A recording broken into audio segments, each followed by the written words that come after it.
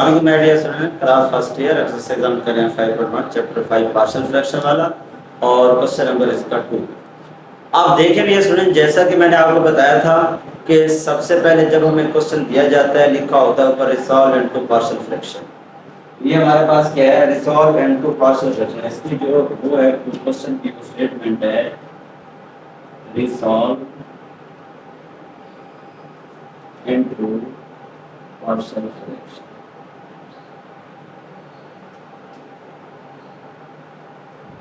Resolve into partial fraction. अब ये जो लिखा जाता है रिसॉल्व इनटू पार्शियल फ्रैक्शन, अब आपने जब ये क्वेश्चन दिया जाता है तो सबसे पहले आपने देखना होता है कि ये प्रॉपर है या इम्प्रॉपर है। पहला स्टेप हमारा यही होता है जो हम सबसे पहले चेक करते हैं, ये प्रॉपर है या इम्प्रॉपर है। जब हमें पता चल जाता है, क्योंकि जो पार्शियल फ्रैक्शन होता है वो प्रॉपर फ्रैक्शन पे यूज किया जाता है, प्रॉपर वाले टर्म पे यूज किया जाता है, यानी पार्शियल प्रॉपर। अगर इम्प्रॉपर है तो उसके ऊपर पार्शियल फ्रैक्शन यूज नहीं करेंगे, पहले उसको प्रॉपर बनाएंगे फिर उसके ऊपर पार्शियल फ्रैक्शन यूज करेंगे। इसलिए सबसे पहले सिर्फ हम यही देखते हैं कि जो हमें क्वेश्चन गिवन है वो प्रॉपर है या इम्प्रॉपर है। प्रॉपर जैसे मैं बता चुका हूँ, जो डिवाइड हो सके वो इम्प्रॉपर होता है, मीन्स जिसमें नोमिनेटर की पावर जो है डिनोमिनेटर से क्या हो, लेस हो, वो प्रॉपर होता है।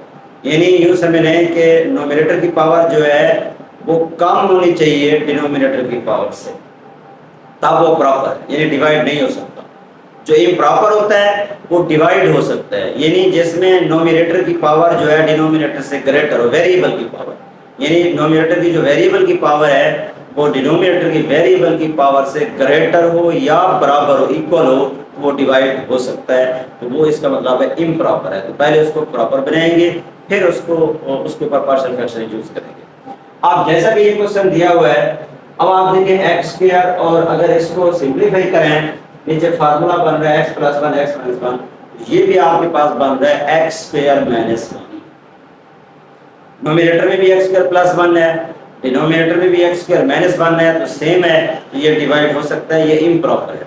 इसके ऊपर अभी हम पार्शियल फ्रैक्शन यूज नहीं कर सकते, सबसे पहले हम इसको प्रॉपर बनाएंगे फिर उसके बाद इसके ऊपर पार्शियल फ्रैक्शन यूज करेंगे। आप देखेंगे स्टूडेंट्स, इसको प्रॉपर बनाने के लिए जब हम डिवाइड का अमल करेंगे तो नीचे वाली टर्म जो है, ऊपर वाली टर्म जो है इसको अंदर रखेंगे और नीचे वाली टर्म पे डिवाइड करेंगे। ये फार्मूला बन जाएगा x² - 1। ये आपके पास है, यानी जो नोमिनेटर वाली टर्म है वो उसको डिवाइड करेंगे किसके ऊपर, डिनोमिनेटर वाली टर्म के ऊपर। अब देख रहिए स्टूडेंट्स, हमारे पास किसकी 1 की बारी जाएगी, तो हमारे पास आ जाएगा x² - 1, और डिवीजन में आपको पता है साइन क्या हो जाते हैं, चेंज हो जाते हैं, ये कट हो जाएगी टर्म 1 और 1 2, ये आपके पास है। अब ये आपके पास देखें आगे मजीद डिवाइड नहीं हो सकता।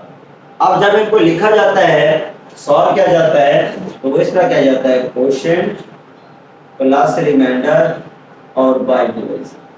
ये आपके पास quotient plus remainder by divisor. अब ये चीज जब यहाँ पे हम लिखेंगे तो हमारे पास यहाँ पे जो कंडीशन है वो है x² + 1 divided by x + 1 into x - 1 is equal to, तो अब क्वेश्चन आपके पास क्या है 1 है, और रिमाइंडर आपके पास कितना है 2 है, और डिवाइजर आपके पास क्या है x² - 1। इससे आप इक्वेशन 1 है, ये हमारे पास इक्वेशन 1। अब हम ऐसा करते हैं, क्योंकि जो पार्शियल फ्रैक्शन अभी हमारे पास प्रॉपर बन गई है, अब ये टर्म प्रॉपर बन गई, क्योंकि हमने फ्रैक्शन वाली टर्म लेनी है। 1 जो है ये फ्रैक्शन वाली टर्म नहीं है, 1 के नीचे 1 लिख सकते हैं, लेकिन ये कोई टर्म नहीं है, ये इसके ऊपर पार्शियल फ्रैक्शन यूज नहीं हो सकता। अब हम कहेंगे ये वाली टर्म जो है, जो सेकंड टर्म है 2x² - 1, इसके ऊपर हम पार्शियल फ्रैक्शन यूज करेंगे। इस टर्म को लेंगे और ये टर्म आपके पास अब बन चुकी है प्रॉपर, मजीद ये डिवाइड नहीं हो सकती। अब इसके ऊपर हम पार्शियल फ्रैक्शन यूज करेंगे। इसको पार्शियल फ्रैक्शन यूज करेंगे, यहाँ से लिखेंगे 2 डिवाइडिंग बाय जो x² - 1 है, इसको दोबारा वही लिख देंगे x + 1 और x - 1। जब ये हम लिख लेंगे उसके बाद हमारा नेक्स्ट स्टेप होता है, वो ये पहला स्टेप तो होता है कि हम प्रॉपर और इम्प्रॉपर चेक करते हैं। दूसरा स्टेप होता है हम फैक्टर चेक करते हैं कि यहाँ पे हमारा कौन सा केस अप्लाई हो रहा है। क्योंकि इस पूरे चैप्टर में हमने 4 केस पढ़े हैं, 2 हैं नॉन रिपीटेड लीनियर, 2 हैं लीनियर फैक्टर के और 2 हैं क्वाड्रेटिक फैक्टर के। जो लीनियर फैक्टर है उसमें फिर 2 केस हैं, एक आपके पास है नॉन रिपीटेड लीनियर फैक्टर, एक आपके पास है रिपीटेड लीनियर फैक्टर। जो आपके पास है क्वाड्रेटिक के अंदर, तो क्वाड्रेटिक में भी 2 केस हैं, एक है नॉन रिपीटेड क्वाड्रेटिक फैक्टर, एक आपके पास है रिपीटेड क्वाड्रेटिक फैक्टर। अब यहाँ पे हम जो ये हमारे पास है ये नॉन रिपीटेड लीनियर फैक्टर है। नॉन रिपीटेड से मुराद ये x + 1 x मुख्तलिफ टर्म है। रिपीटेड से मुराद ये होता है कि लीनियर फैक्टर में आपके पास ऐसे टर्म है जो x + 1 का स्क्वायर। स्क्वायर का मतलब ये है कि ये जो x + 1 है ये 2 टाइम रिपीट हो रहा है। यानी x + 1 इसका मतलब ये x + 1 से मतलब है x + 1 यानी ये 2 टाइम है। इसको हम कहते हैं रिपीटेड फैक्टर। ये लीनियर फैक्टर है और रिपीटेड लीनियर फैक्टर है। और ये जो आपके पास है देखिए दोनों डिफरेंट फैक्टर हैं, ये नॉन रिपीटेड लीनियर फैक्टर है। अब ये चीज़ हमने जो शुरू में स्टार्ट में जब क्वेश्चन में दिया जाता है तो ये 2 पॉइंट्स हमने चेक करने होते हैं। नंबर 1 ये प्रॉपर है या इम्प्रॉपर है। नंबर 2 हमने चेक करना होता है कि ये हमारे पास जो है फैक्टर जो बाई में ठहरे हुए हैं ये कौन से केस से बिलोंग कर रहे हैं, लीनियर फैक्टर के साथ या क्वाड्रेटिक फैक्टर के साथ। अब इसको सॉल्व करते हैं, इसको अप्लाई करते हैं तो हमारे पास आ जाएगा a/x + 1 b/x - 1 इक्वेशन 1 कहते हैं। अब यहाँ पे देखें a के नीचे जो है x + 1 आ गया, b के नीचे x - 1 आ गया। और यहाँ तक पहुँचने के बाद आप जो a के नीचे वाली टर्म, अब आपकी मर्जी ये जरूरी है मैंने a के नीचे x + 1 लिखा है, आप x - 1 भी लिख सकते हैं और x + 1 को आप b के नीचे भी लिख सकते हैं। इसका कोई वो नहीं है कि जो जिस स्टूडेंट की जो मर्जी चाहे जो फैक्टर भी जिसके नीचे लेना चाहे आप ले सकते हैं। बोलिए x + 1 है तो मैंने a के नीचे x + 1 लिखा तो आप a के नीचे x - 1 भी ले सकते हैं। ये बनाने के बाद अगला स्टेप हमारा होता है कि जो बाई में टर्म है, जो बाई में बट्टे में टर्म है, जो बाई डिवीजन में टर्म है, इसको हमने कैंसिल करना होता है। इसको हमें यहाँ से खत्म करना होता है। कैसे खत्म होगी, कैसे कैंसिल होगी, इसी टर्म के साथ पूरी इक्वेशन को मल्टीप्लाई कर देंगे।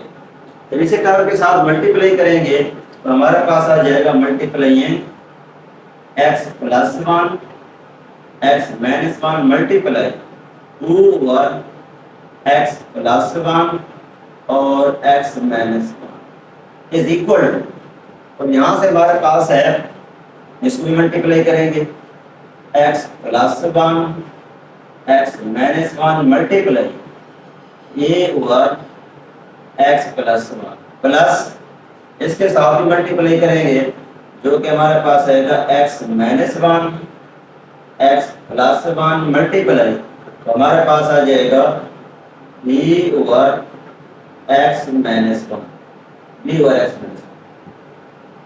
ये हमारे पास है। यानी इसके साथ मल्टीप्लाई करेंगे, इसके साथ मल्टीप्लाई करेंगे, इसके साथ मल्टीप्लाई करेंगे। अब इनको हम कैंसिल करते हैं, ये पूरी टर्म इससे कैंसिल हो जाएगी, x + 1 x + 1 से कैंसिल हो जाएगा, x - 1 x - 1 से कैंसिल हो जाएगा। ये हमारे पास। अब इसको मजीद हम लिखेंगे, यहाँ से हमारे पास आ गया 2 इज इक्वल टू, यहाँ से हमारे पास आ गया a × x - 1 और प्लस b × x + 1 और इससे हम इक्वेशन प्रूव करते हैं। ये हमारे पास सेकंड इक्वेशन बन जाएगी। अब हमें करना क्या है कि जो a के नीचे वाली टर्म है इसको 0 के ऊपर पुट करेंगे, यहाँ से वैल्यू निकालेंगे। फिर b के नीचे वाली टर्म है इसको 0 के ऊपर पुट करेंगे, यहाँ से वैल्यू निकालेंगे।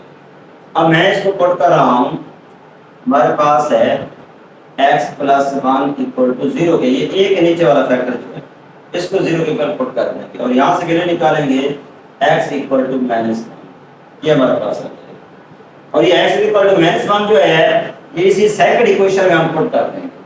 ये जो -1 है इसी सेकंड इक्वेशन में पुट कर देंगे। हम लिखेंगे पुट n2, पुट n2। जब सेकंड में पुट करेंगे तो वैसे आ गया इज इक्वल टू, अब x की जगह पे -1 पुट करेंगे, -1 -2 तो हमारे पास आएगा a × -2। यहाँ पे -1 पुट करेंगे तो ये सारा 0 हो जाएगा। तो हमारे पास ये क्या आ जाएगा, ये आ जाएगा -2a =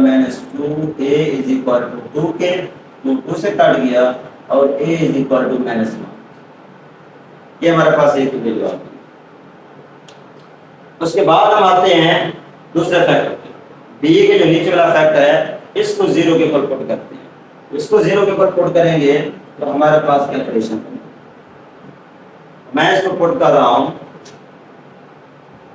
और बी के नीचे वाला फैक्टर x - 1, इसको हम पुट कर देंगे x - 1 = 0 और x = 1। ये हमारे पास x - 1 = 0 और x = 1। ये अब इसी इक्वेशन में जहां x लिखा हुआ है वहां पे हम क्या कर देंगे 1 पुट कर देंगे। वहां पे 1 पुट करेंगे हमारे पास क्या आ जाएगा 2 = अब x की जगह पे +1 पुट करें। जैसे कि आप 1 पुट करेंगे 1 - 1 ये 0 हो जाएगा, ये वाला फैक्टर ये वाली टर्म 0 हो जाएगी, बाकी बचेगी ये वाली टर्म। तो आप लिखेंगे b * 1 + 1 ये हमारे पास है। जिसको आप लिख सकते हैं हमारे पास आ जाएगा 2 = 2b, 2 से कट जाएगा b = 1। ये हमारे पास b की वैल्यू। यही गया स्टूडेंट्स a और b की वैल्यू जो है इसी इक्वेशन में पुट कर देंगे जो हमने 1 बनाई हुई है। जब 1 वाली इक्वेशन में पुट करेंगे तो हमारे पास आ जाएगा 2 ओवर x + 1 x - 1 = अब a की जगह पे ये टर्म ये आ गई, a की जगह पे a की वैल्यू हमने -1 निकाली हुई है, a की जगह पे हम पुट करेंगे -1 ओवर x + 1 और b की जगह पे b की वैल्यू पुट करेंगे जो हमारे पास 1 नहीं हुई है, b की जगह पे हम पुट करेंगे +1 ओवर x - 1 x - ये हमारे पास है। और यही वैल्यू जो है ये अब यहाँ पे क्योंकि हमने ये वाली टर्म उठाई थी ना ये 2 और x² - 1 क्योंकि ये फार्मूला x² - 1 इस जगह के ऊपर ये सारी वैल्यू ये जो सारी वैल्यू है आप इक्वेशन नंबर ए में पुट करेंगे।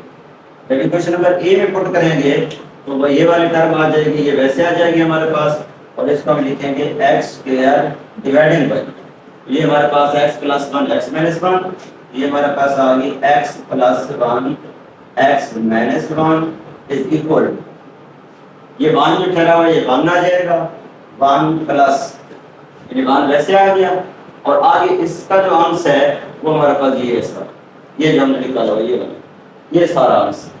अब इसकी जगह पे इस सारे की जगह पे तो हम ये वाली वैल्यू पुट कर देंगे जो कि हमारे पास ये माइनस हो जाएगी -1 over x + 1 plus 1 over x - 1 ये जैसे हमारे पास क्या आ गया आंसर आ गया। उम्मीद है आपको ये समझ आ गया होगा कि जब भी हमें क्वेश्चन दिया गया होगा सबसे पहले हम उसको चेक करेंगे कि वो हमारे पास प्रॉपर है या इम्प्रॉपर है।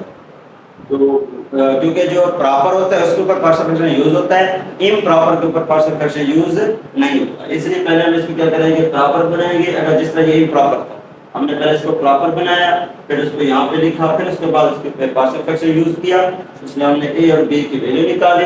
जब ए और बी की वैल्यू निकले तो हमने इसी क्वेश्चन में क्या कर दिया पुट कर दिया। तो इस तरह फिर हमने क्या किया ये सारे वैल्यू जो है इसको जो हमें क्वेश्चन गिवन था उसके मुताबिक इसको सॉल्व करते हैं।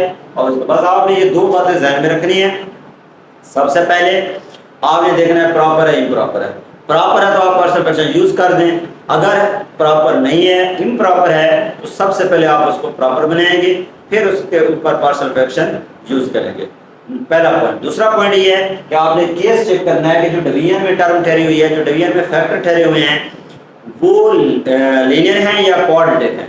लीनियर है तो लीनियर वाले केस अप्लाई करेंगे, कोऑर्डिनेट है तो कोऑर्डिनेट वाले केस अप्लाई करेंगे। उम्मीद है डियर स्टूडेंट ये क्वेश्चन आपको समझ आ गया होगा। मजीद किस जगह किसी पॉइंट पे समझ ना आए हो कमेंट सेक्शन में कमेंट करके आप मुझसे डिस्कस कर सकते हैं। लाइक और कमेंट जरूर कीजिएगा, सब्सक्राइब करना ना भूलिएगा। ओके डियर स्टूडेंट्स, अल्लाह हाफिज़।